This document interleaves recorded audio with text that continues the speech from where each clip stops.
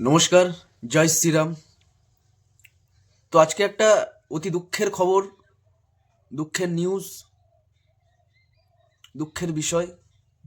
আপনারা সবাই জানেন যে আনন্দপুরে যে কারখানায় আগুন লাগার বিষয়টা, তো যার হারায় সেই বোঝে, যার স্বজন হারায় সেই বোঝে, যার আপনজন হারায় সেই তার কষ্টটা বোঝে। আমরা হয়তো 2 দিন, 10 দিন, 1 মাস মনে রাখবো, সবাই ফেসবুকে নিউজে নিউজে ব্রেকিং নিউজ থাকবে, কিন্তু যার প্রিয়জন হারায়, যার স্বজন হারায়, সে চিরকাল এই দুঃখ বুকে নিয়ে চলে। তো আমার যেটুকু বলার, যেটুকু বিষয় দেখলাম বুঝলাম, প্রথমত কথাই ওয়াও মোমোর কারখানাটার দমকলের যে ফায়ার ব্রিগেডের যে পারমিশনটা, সেটা ছিল না। সেই তথ্যের উপর ভিত্তি করে এই কথাটা বলছি। তো আজকে যেই কারখানার মানে দমকল ফায়ার ব্রিগেডের যে পারমিশন না থাকে, সেই কারখানাটা হলো কিভাবে? 1 নম্বর পয়েন্ট।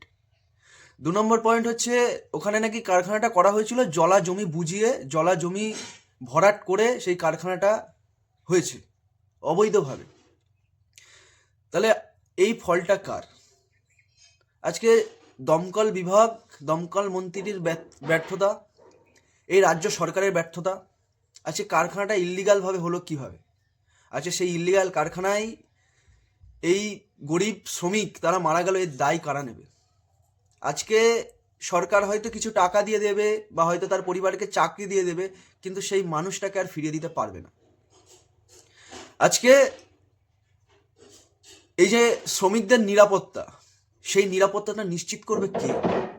সেই নিরাপত্তা নিশ্চিত করবে সরকার। আজকে এর সম্পূর্ণ দায়ভার যায় এই রাজ্য সরকারের উপর। আজকে যে কোনো স্টেটের নিরাপত্তা, সেই স্টেটের নিরাপত্তা নির্ভর করে সেই স্টেটের সরকারের উপর। আজকে এই সরকার ব্যর্থ সরকার।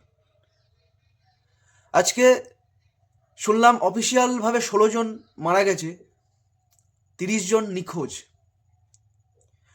আজকে এই বন্ধ কারখানার ভিতরে মিনিমাম 50 থেকে 60 জন হয়তো ছিল, এটা আমার সোশ্যাল মিডিয়া থেকে দেখা, এদিক থেকে সোর্সের মাধ্যমে জানা, এদিক ওদিক থেকে। তো আজকে 16 জন মারা গেল, বাকি নিখোঁজ।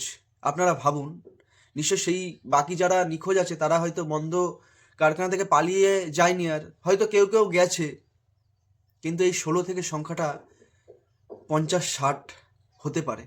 ভগবান না করুক যেন না হয়, কারণ কোনো মৃত্যুই সুখের হয় না, দুঃখের হয় প্রত্যেক মৃত্যুই। যার যায় সেই বোঝে। আজকে ফায়ার ব্রিগেড নাকি এসছিল ওখানে 20 থেকে 25 মিনিটের মধ্যে।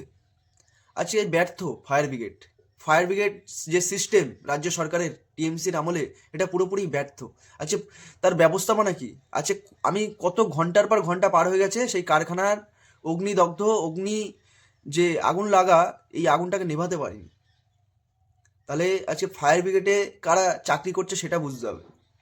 এলি থেলিকে চাকরি দিয়ে দিল, টিএমসি ছেলেপেলেকে, যার কোনো প্রশিক্ষণ নেই, ট্রেনিং নেই, সেই সব ছেলেকে চাকরি দিয়ে আজকে এই ফায়ার ব্রিগেড সিস্টেমটাকে নষ্ট করে দেওয়া হয়েছে, বদনাম করে দেওয়া হয়েছে। তো পুরোপুরি ধিক্কার জানাই দমকল মন্ত্রী সুজিত বোসকে, ধিক্কার জানাই রাজ্য সরকারকে। আচ্ছা, এই শ্রমিকগুলোর প্রাণ কি ফিরিয়ে দিতে পারবে রাজ্য সরকার, সুজিত বসু? তাহলে এই কারখানাটা অবৈধভাবে কেন করা হলো, কেন করতে দেয়া হলো? আজকে এই সরকারের আমলে এরকম অবৈধ অনেক কিছুই আপনারা দেখেছেন।